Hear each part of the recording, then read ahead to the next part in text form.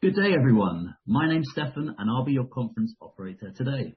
At this time, I'd like to welcome you to the Allegion fourth quarter and full year earnings call. All lines have been placed on mute to prevent any background noise. After the speaker's remarks, there'll be a question and answer session. If you would like to ask a question during this time, and if you've joined via the webinar, please use the raise hand icon, which can be found at the bottom of your webinar application. At this time, I'd like to turn the call over to Josh Pokowinski, Vice President of Investor Relations. Thank you, Stefan. Good morning, everyone, and thank you for joining us for Allegion's fourth quarter 2025 earnings call. With me today are John Stone, President and Chief Executive Officer, and Mike Wagnes, Senior Vice President and Chief Financial Officer of Allegion. Our earnings release, which was issued earlier this morning, and the presentation, which we will refer to in today's call, are available on our website at investor.allegion.com. This call will be recorded and archived on our website. Please go to slide 2. Statements made in today's call that are not historical facts are considered forward-looking statements and are made pursuant to the safe harbor provisions of federal securities law. Please see our most recent SEC filings for a description of some of the factors that may cause actual results to differ materially from our projections. The company assumes no obligation to update these forward-looking statements. Today's presentation and commentary include non-GAAP financial measures. Please refer to the reconciliation in the financial tables of our press release for further details. Please go to slide 3, and I'll turn the call over to John. Thanks, Josh. Good morning, everyone. Thanks for joining the call. Allegion delivered a strong year marked by high single-digit enterprise revenue growth, more than $600 million of accretive M&A, and solid execution in a dynamic and inflationary environment. I'm proud of the Allegion team's performance in 2025. I see our results as a testament to the talent and dedication of our people, the strength of our brands and channel partnerships, and our sound strategy as we deliver on our commitments to shareholders. As we enter 2026, our broad end market exposure supports continued growth led by America's non-residential. U.S. residential markets were softer than expected in the fourth quarter, and our outlook contemplates that residential remains soft in 2026. However, our team has a proven track record of execution across a variety of macro conditions. We're initiating fiscal year 2026 adjusted EPS guidance of $8.70 to $8.90 per share. I'll provide more detail on our outlook later in the call. Please go to slide 4. Let's take a look at capital allocation for 2025, starting with our investments for organic growth. A core element of Allegion's portfolio strength is our brand's legacy of innovation. Brands like Schlage, Von Duprin, and LCN invented their product categories 100 years ago and are known as pioneers in our industry. Allegion has built on that legacy by expanding our offerings of mid-tier commercial product lines. Last September, we launched our Schlage Performance Series locks, providing more ways to win in the non-residential aftermarket, alongside the mid-price point Von Duprin 70 Series exit devices that were released in 2024. These are complemented by our mid-tier offerings with LCN closers, where we now have a full suite of commercial-grade offering from the industry's leading brands at more price points to meet customers' needs.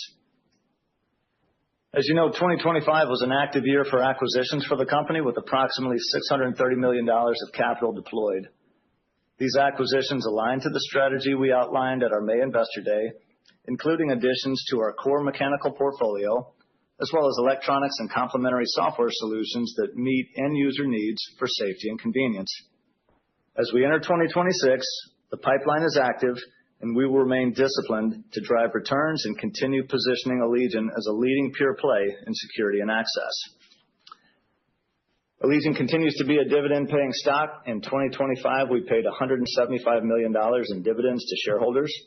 Looking ahead to 2026, we've also just announced our 12th consecutive annual increase in dividends.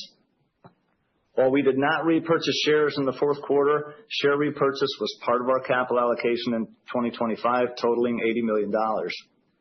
At a minimum, we intend to offset the creep from share-based compensation. You can expect Allegion to be balanced, consistent, and disciplined with capital deployment over time, with a clear priority of investing for growth. Mike will now walk you through the fourth quarter financial results. Thanks, John, and good morning, everyone. Thanks for joining today's call. Please go to slide number 5. As John shared, our Q4 results reflect continued strong execution from the Allegion team as we delivered high single-digit revenue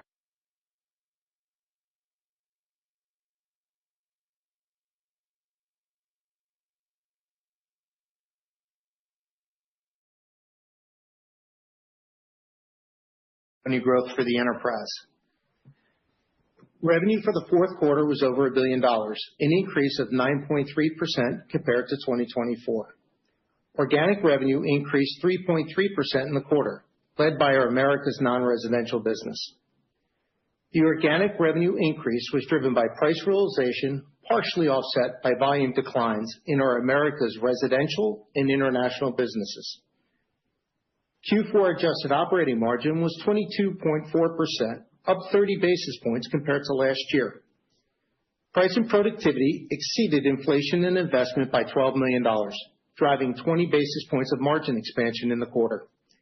Favorable mix also benefited margin rates. Adjusted earnings per share of $1.94 increased 8 cents or 4.3% versus the prior year. Operational performance and accretive acquisitions contributed over 10 points of EPS growth. This was partially offset by higher tax. Finally, year-to-date available cash flow was strong at $685.7 million, up 17.6% versus the prior year. I'll provide more details on our balance sheet and cash flow a little later in the presentation. Please go to slide number 6. Our Americas segment was resilient in Q4, despite a weak quarter in residential markets. Revenue of $795.5 million was up 6.1% on a reported basis and up 4.8% on an organic basis, led by our non-residential business. Our non-residential business increased high single digits organically, driven by a combination of price and volume growth. Demand for our products remains healthy, supported by our broad end market exposure. Our residential business declined high single digits as favorable price was more than offset by volume declines as residential markets remained soft. Electronics revenue was up low double digits for the quarter and for the full year 2025 and continues to be a long-term growth driver for Allegion. Additionally, reported revenues include 1.3 points of growth from acquisitions. Americas adjusted operating income of $216.2 million increased 5.4% versus the prior year. Adjusted operating margin was down 30 basis points in the quarter. Price and productivity, net of inflation and investment, was a 30 basis point headwind to margin rates in the quarter. However, it was positive on a dollar basis as we were able to offset higher inflation in a dynamic environment. Additionally, mix was favorable to margin rates and offset volume deleverage in residential. Please go to slide number 7. Our international segment delivered revenue of $237.7 million, which was up 21.5% on a reported basis and down 2.3% organically. Growth in our electronic businesses was more than offset by weaknesses in mechanical. Net acquisitions contributed 16 points to segment revenue. Currency was also a tailwind, positively impacted reported revenues by 7.8%. International adjusted operating income of $39.4 million increased 27.5% versus the prior year period. Adjusted operating margin for the quarter increased 90 basis points, driven by accretive acquisitions and favorable price and productivity, net of inflation and investment. We continue to drive portfolio quality in the international segment through self-help, selective pruning of non-core assets, and adding high-performing businesses where we have a right to win. Please go to slide 8, and I will provide an overview of our cash flow and balance sheet. Year-to-date available cash flow was $685.7 million, up over $100 million versus the prior year, primarily driven by higher EBITDA. I am pleased with the cash flow performance in 2025. For 2026, we anticipate our available cash flow conversion will be approximately 85% to 95% of adjusted net income. Next, working capital as a percent of revenue increased in 2025 due to acquired working capital. which does not impact cash flow. Finally, our balance sheet remains strong, and our net debt to adjusted EBITDA is at a healthy ratio of 1.6 times, which supports continued capital deployment. I will now hand the call back over to John. Thanks, Mike. Please go to slide 9. And before we discuss the 2026 outlook, I want to provide an overview of our key end market assumptions. In the Americas, we see continued volume growth in non-residential markets similar to 2025 levels, and this is supported by our spec writing trends. Our broad end market exposure and large installed base make for a resilient business model, one that's less reliant on any single end market vertical to drive growth. We do expect a more modest price contribution, however, to reflect slightly lower inflation as compared to last year. If inflation were to remain higher, the business has proven our ability to manage inputs and drive the necessary pricing, as you saw in 2025. Residential markets were weak throughout 2025. Demand is likely to remain soft in 2026, and we expect America's residential to be down slightly. For international, we see modest organic growth, primarily driven by our electronics businesses. We have been focused on improving portfolio quality in international through a combination of self-help and acquisitions, which we believe supports growth in markets that remain sluggish. Please go to slide 10, and I'll discuss our outlook for 2026. We expect total Allegion revenue growth to be 5-7% and organic revenue growth to be 2-4%. Total growth includes approximately 1 point of foreign currency translation and 2 points of carryover contribution from M&A, primarily in Allegion International. We expect organic growth of low to mid-single digits in the Americas from a combination of price and volume led by our non-residential business. We expect electronics to outpace mechanical growth, consistent with our long-term performance and customer trends. In the international segment, our outlook assumes low single-digit growth led by electronics with largely stable mechanical markets. Our adjusted EPS outlook is $8.70 to $8.90. This represents growth of approximately 8% at the midpoint, inclusive of an approximate 10-cent headwind from a higher tax rate. You can find more details on our outlook slide and in the appendix. Please go to slide 11. In summary, Allegion is executing at a high level while staying agile and steadily delivering on the long-term commitments we shared with you at our Investor Day. Our strong performance is led by an enduring business model in non-residential Americas, double-digit electronics growth, and accretive capital deployment as we acquire good businesses in markets where we have a right to win. I'm proud of the Allegion team and appreciative of our strong channel partners. With that, we'll take your questions.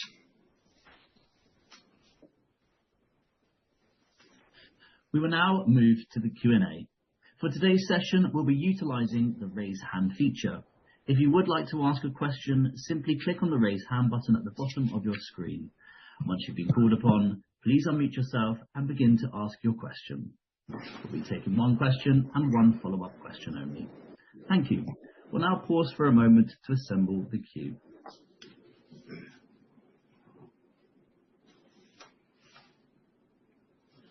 Our first question will come from John O'Day from Wells Fargo. Please unmute your line and ask your question. Hi, good morning. Can you hear me? Yep. Hi, Joe. Hey, good morning. Can we start on the resi side in the fourth quarter? I think you touched on it being kind of softer than anticipated, and so just what you saw develop over the course of the quarter, the degree to which that extends into the early part of this year, whether that was more kind of destocking events or sell-through demand, and what you saw on the pricing side of things as well, if there was any need to adjust price there based on the demand environment. Yeah, Joe, thanks for the question. I think certainly resi in the Americas ended the year softer than we had contemplated, and honestly, resi throughout the year was a little choppy. Let's say, we put up mid-single-digit growth in the third quarter, really largely on the heels of a very successful new product launch, and then a pretty soft Q4. I would say, 26 has started off better, let's just say. But just looking at resi, it did end softer than we had contemplated. And I think that's part of the things that just cause us to at least take what we think is a very prudent assumption into 2026, that we would expect resi to be soft. And certainly should there be an uptick in that market, we're positioned very well to capture upside there. I would say with your question around pricing, no, there wasn't any short-term reaction on pricing, nor do I think that contributed to any of the demand softness. The last point would be our channel doesn't hold a lot of inventory, and so any inventory correction type actions are usually very short-lived. Got it. And then on the Americas organic outlook and the low single digit, mid single digit, just any color as we think about kind of price and volume components of that. Is that a little bit more price than volume? The price carryover tailwind, and then how you think about that volume progression over the course of the year. Is the volume growth expected to get better, and is that a function of comps or anything that you're seeing in the spec activity that would suggest a little bit better demand environment as we go through 2026? Yeah, Joe, so thanks for the question. I would say as you think about Americas for 26, we expect to see both price and volume growth, but as you suggested, more pricing than volume growth for the year. Don't like to give quarterly outlook, but I'd be happy to kind of unpack it qualitatively for you. As you know, the Americas, as you start the year in Q1, revenue levels are similar to the revenue in Q4 in total historically. And then from there, we tend to have higher revenue in the middle two quarters. We expect that same seasonality where the middle two quarters are our largest quarters, and obviously Q4 a little less. So as you model this, I think that could help you qualitatively. In addition, you do have to look at the prior year comp as you think about pricing and margins for that matter. You have to consider how we finished in each quarter for 2025 as you think about that pricing impact for the next year. Obviously, Q1 of 25, we hadn't yet felt the inflationary impacts from tariffs, so you didn't have the pricing or the inflation. So hopefully that helps you as you think about unpacking the year from a top line. It does. Thanks, Mike. Thank you. Our next question will come from Tomohiko Sano from JP Morgan. Please unmute your line and go ahead. Good morning, everyone. Morning. Thank you for taking my questions. So you maintain sector-leading margins despite the higher costs through pricing, productivities, and acquisition synergies. Can you break down the contributions from each of these levers and which will be most important in 2026, please? Yeah, Tomo, we put all that information in our 10K, so when you get a chance, you can look at it for the fourth quarter and full year. I guess the full year is in the K. I'll share, obviously, on the enterprise level, we did get some margin tailwind from that price and productivity in excess of inflation and investment. There was a headwind in the Americas. That's a function of the tyranny of the math we've been talking about all year long. We also had some slightly, we had favorable mix, but the residential volume deleverage we experienced kind of mitigated that in the Americas region, as we highlighted. As you think about 2026, you could back into the full year margin expansion. We give all the components at the enterprise level. As you know, the Americas is our largest business, and we can't drive the enterprise margin expansion without the Americas being in a similar zip code. So it kind of provides you at least a framework for the Americas as well. And then as far as the components, I would expect to have pricing and productivity in excess of inflation and investment on a dollar basis. And from a rate basis, I wouldn't expect that to be a headwind in 2026. It was obviously in the Americas in 25. We do have that first quarter where you have that carryover impact, that last quarter, as I mentioned in the previous answer. But for the full year, expect price and productivity to be positive on a dollar basis and certainly not negative on a margin rate basis. Thank you, Mike. And a follow-up on international markets. So these markets are expected to see continued sluggishness with growth primarily from acquisition and electronics. So can you provide more color on specific geographies, particularly Western Europe and Australia, and when you expect the demand recovery, please? Yeah, Tomo, this is John. Appreciate that. And I think, yeah, we do see our electronics businesses leading the way. That is primarily a Western Europe-based business. And then within that, primarily a DACH region businesses. But we are expanding pan-Europe with that. And those businesses performed very well in 2025, and we expect continued growth out of them in 26. I'd say Australia, New Zealand, the end markets haven't been great. And so a little bit of improvement there off of pretty weak comps, I think is not totally out of the question. We'll have to see. And then largely, I would just say mechanical markets remaining a little sluggish, like we said in the prepared remarks. And electronics will lead the way for us, along with, again, some carryover contribution from M&A. Thank you, John. Our next question will come from Brett Lindsey from Mizuho. Please unmute your line and ask your question.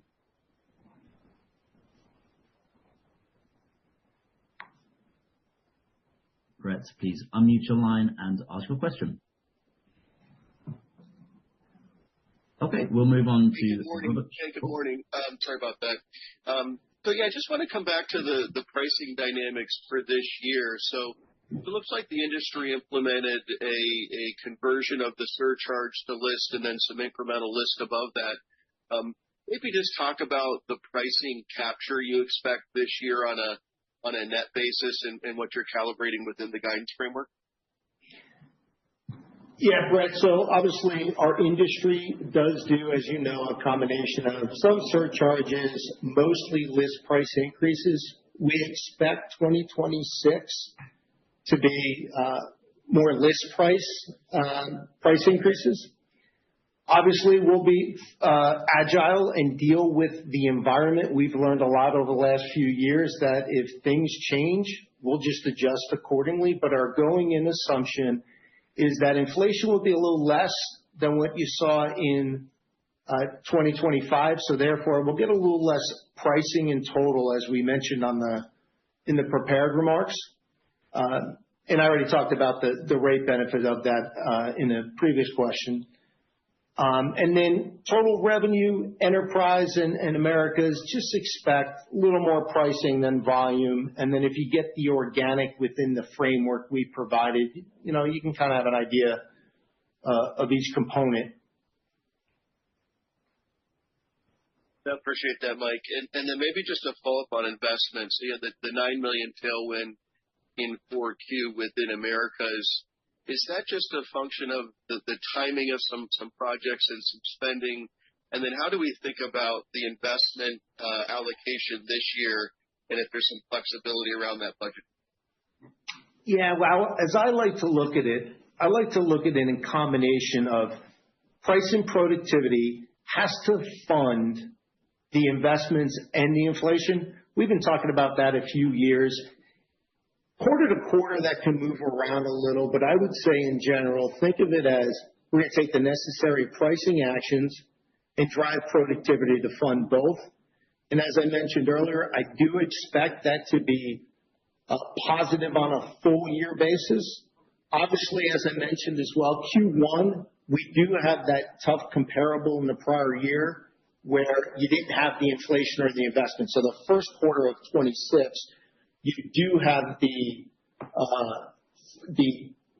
carryover of that last quarter where you didn't have inflation investment. So that will weigh on margin rates. But full year, you can back into the enterprise margin expansion, and just remember that the Americas will approximate that enterprise total as well from an expansion perspective. Appreciate the detail. Pass it along. Our next question will come from Robert Schultz with Baird. Please unmute your line and go ahead. Hey guys, thanks for taking the question. Maybe as you think about 26 in the Americas, what are you assuming for institutional and commercial volume growth? Do you think they're pretty similar, or do you expect outperformance in one of those verticals? Bobby, when we think about our business, we wouldn't want to give volume growth non-res versus res. So I certainly don't want to dive into select verticals within the non-res market. I'll just kind of refer you back to John's prepared remarks where he talked about that broad end market exposure and just understanding our business, our outlook supported by our spec activity as well. But I really don't want to give sub-vertical details of volume. Understood. And then just on M&A, how does your pipeline look today? And are you seeing any increase in competition for deals now? Yeah, it's a good question. This is John.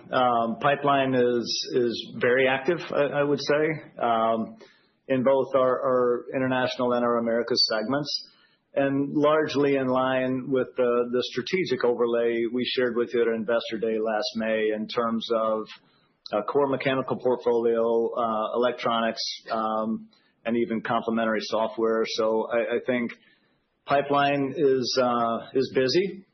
I think it's a very encouraging outlook. And with all that being said, you can still count on us to be quite disciplined and making sure we're sticking very close to our strategy, understanding where we've got competitive advantage, right to play and a right to win, and very much focused on our shareholder returns.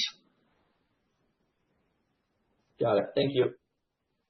Our next question will come from Andrew Obin with Bank of America. Please unmute your line and go ahead. Hi, yes, good morning. Hi. Good morning, Andrew. Just a question on, I guess, M&A and capital allocation.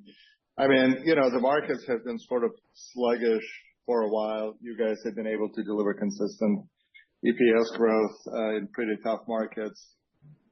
You chose to allocate a lot more capital to M&A this year. I'm just wondering, given that you are laying a foundation, why don't you think that Allegion stock is a better sort of use of cash? Why don't you think your own stock is the best value out there? And just maybe give us some insights how you and the board have gone through the thought process where you sort of chose M&A acceleration versus Allegion stock this year. Thank you.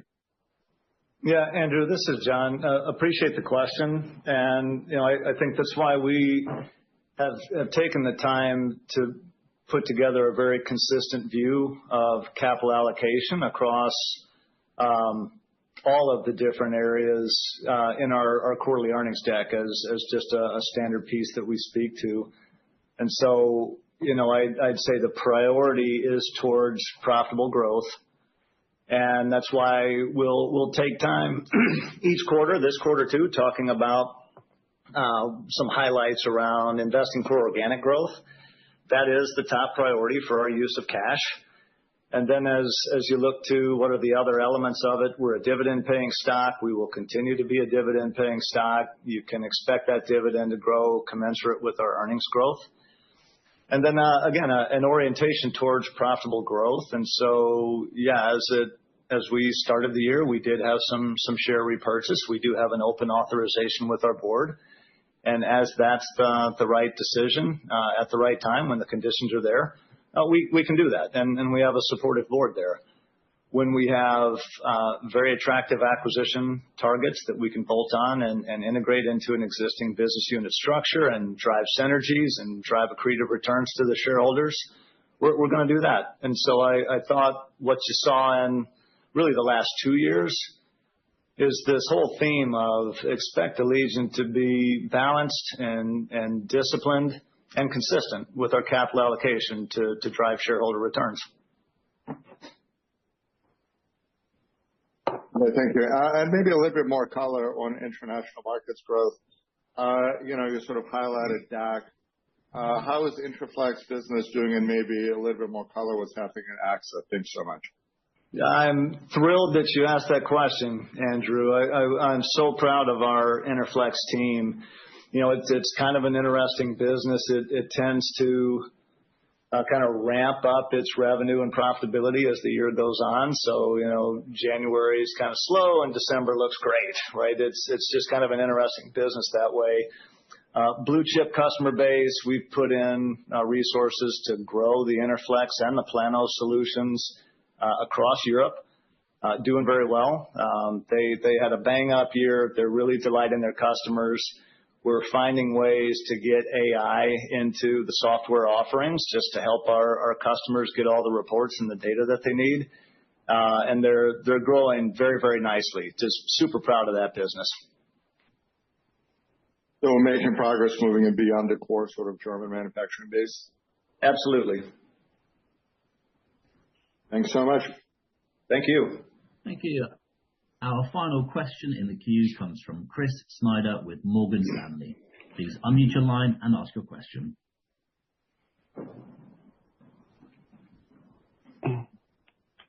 Thank you. Hopefully everyone can hear me. I wanted to ask around America's margins. Q4 came in down year on year modestly. And I understand that obviously, margin, zero margin revenue via tariffs is a headwind, but that doesn't seem all that dissimilar from Q2 and Q3 when you guys were growing margins.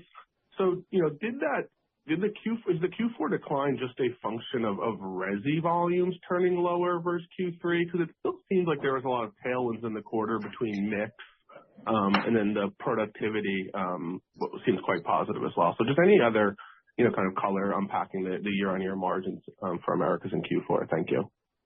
Yeah, Chris, you're thinking about it the right way. If you look at residential in the fourth quarter, down high single digits, and we did, as I mentioned in the prepared remarks, had some positive pricing. So when you think about volumes were even worse than the total residential. So that's a pretty substantial volume decline. That's the delta when you think of Q3 versus Q4. Q3, right, you're growing mid-single. And so that's a 15-point plus or close to that, 10 to 15, depending on how your rounding works, delta between the two quarters. And that explains why the margins were different. Thank you. I appreciate that. And then, I know you've kind of flagged a couple times that, Q1 has this tough margin comp, and we can certainly see that. But I guess if we look past Q1 and, kind of think about Q2 to Q4, does the guide assume that Americas kind of gets back to that, target 35 or so incremental margin rate, Q2 to Q4 once we have all the tariff revenue in the comp? Thank you. Yeah, if you think about the fundamentals of the business, right, that core incrementals we laid out at Investor Day, after we get through Q1, that still holds. Think of that core incrementals being strong once we get through that Q1. So as you think about the full year, margin expansion in the Americas, like I mentioned earlier, we just had that one more quarter we need to get through. But the business fundamentals remain sound and consistent with what we talked about in Investor Day, where we can leverage that volume once we get through this last quarter of that, the tyranny of the math. Thank you. I appreciate all the help. Have a great rest of the day. Thanks, Chris. At this time, I see no callers in the queue, so I'll hand the call back to John Stone for closing remarks. Thanks very much. Thank you all for the great Q&A. We look forward to connecting with you on our Q1 earnings call in April. Be safe, be healthy.